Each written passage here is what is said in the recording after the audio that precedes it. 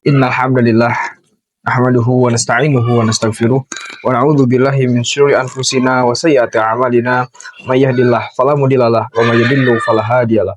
Asyhadu an la ilaha illallah wahdahu la syarikalah wa asyhadu anna Muhammadan abduhu wa rasuluh alladzi la nabiyya ba'da amma ba'du. Qala Allah ta'ala fil Qur'anil Karim, a'udzu billahi minasyaitonir rajim. Man kana yuridu harsal akhirati nazid lahu fi harsih. Wa man kana yuridu harsad dunya nu'tihi minha. Wa ma lahu fil akhirati min nasib. Al-ayah. Muslimin muslimat rahimakumullah. Pertama-tama marilah kita panjatkan puji syukur kepada kehadirat Allah yang telah memberikan kita berupa kesehatan dan juga waktu luang, sehingga dengan nikmat kedua itu kita dapat berkumpul di majlis yang insya Allah dimuliakan oleh Allah.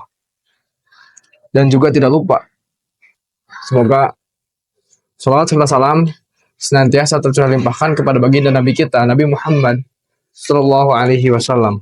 Muslimin muslimat rahimakumullah.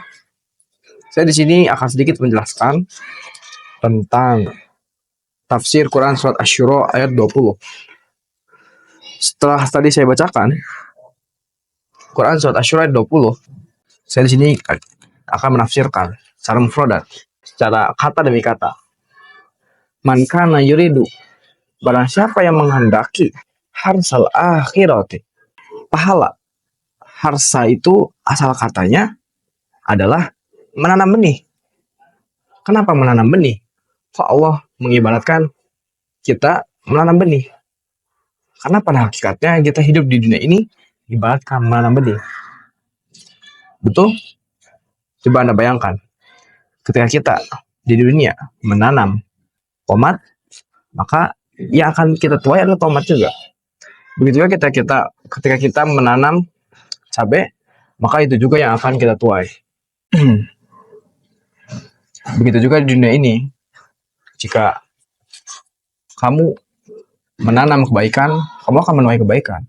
Dan juga sebaliknya, ketika kamu menanam keburukan, maka itu juga yang akan kamu dapatkan di dunia ini.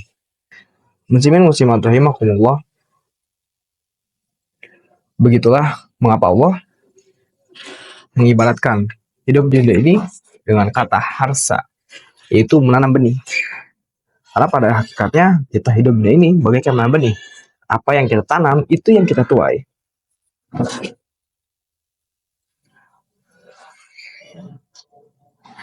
Man kana yuridu harsal akhirati nazid lahu fi harsi.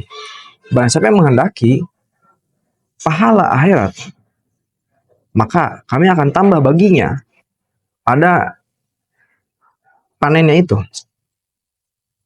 Wa man kana yuridu harsad dunya nu'tihi min. Dan siapa yang menghendaki panen dunia saja, kami akan berikan sedikit daripadanya. Wa ma lahu fil akhirati min nasib. Dan tidak ada padanya bagian di akhirat. Muslimin muslimat rahimakumullah, bisa membagi manusia dilihat dari segi kehendaknya. Kehendak hatinya untuk meraih amalan, untuk meraih hasil dari amal yang ia lakukan. Ya, niat ia dalam beramal. Dalam ayat tadi, Allah menyebutkan niat atau motivasi seseorang dalam melakukan sesuatu itu ada dua. Pertama, hanya sebab ia niatkan sesuatu itu hanya pada dunia saja. Dan kedua, ini orang yang luar biasa. Dia melakukan amalan di dunia, tapi ia meniatkannya untuk akhirat. Orang-orang seperti ini memiliki visi yang jauh. Ia bukan hanya menatap dunia, tapi ia menatap juga akhirat. Ya, pertama tadi, yuridu harsa akhirah nazid lahu fi harsi. Jadi kata Allah, orang yang ingin, kalau orang yang kehendak hatinya melakukan sesuatu,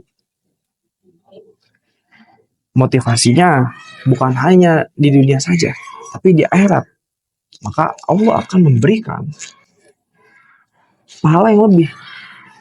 Bukan hanya dunia saja dapat, tapi akhirat juga dapat. Makanya ketika kamu meniatkan sesuatu, harusnya kamu meniatkan bukan hanya pada sebatas keduniaan saja, tapi juga sampai akhiratnya.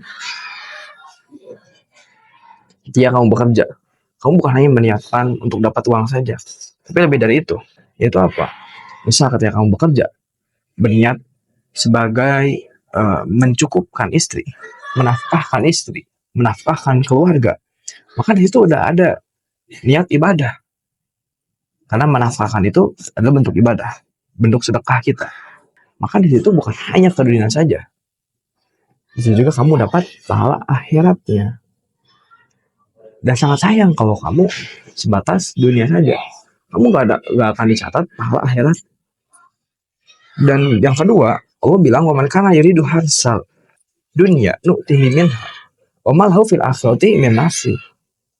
Jadi kalau orang yang menghendaki dunia saja, pasti dia akan dapat bagian di dunianya, tapi dia tidak akan dapat bagian di akhiratnya.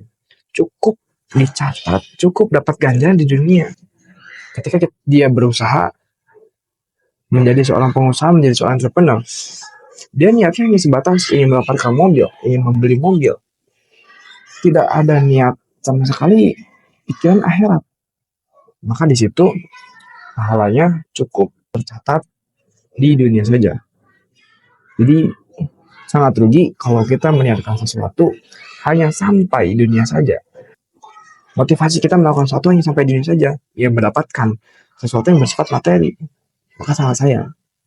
Oleh karena itu, saya mengingatkan kembali kepada teman-teman semua, kepada saudara-saudara sekalian, muslimin muslimat rahimakumullah, bahwa melakukan sesuatu itu harus didasari bukan hanya sampai dunia saja, tapi juga harus sampai akhiratnya. Dan tadi telah kita rangkum bahwa manusia itu terbagi kepada dua.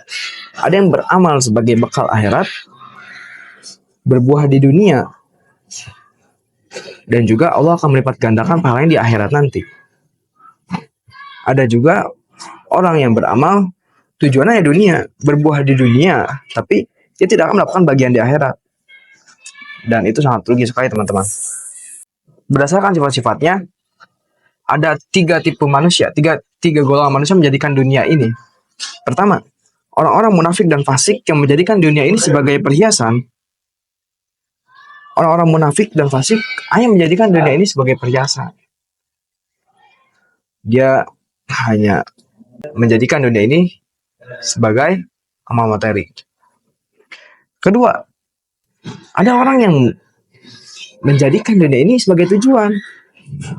Dia tidak menganggap bahwa nanti akan ada hari sesudah kematian, life after death gitu. Hari sesudah kematian, dan itu orang-orang kafir. Jadi orang-orang kafir jadikan dunia ini sebagai tujuan. Dan terakhir, ini orang-orang hebat, itu orang mukmin. Orang-orang mukmin menjadikan dunia ini sebagai kendaraan, sebagai fasilitas untuk kita nanti kembali ke kampung kita, yaitu surga. Jadi apa-apa yang telah kita lakukan di sini, apa yang kita tanam di sini, itulah akan nanti kita tuai nanti di akhirat. Dan begitulah orang mukmin, yaitu menjadikan dunia ini sebagai kendaraan untuk nanti di akhirat. Mestinya kita saya sebutkan bahwa manusia dunia ini ada dua, yang berbuat untuk akhirat saja dan berbuat untuk dunia saja, dan berbuat untuk dunia dan akhirat. Sekian bisa saya sampaikan. Mohon maaf bila ada salah kata.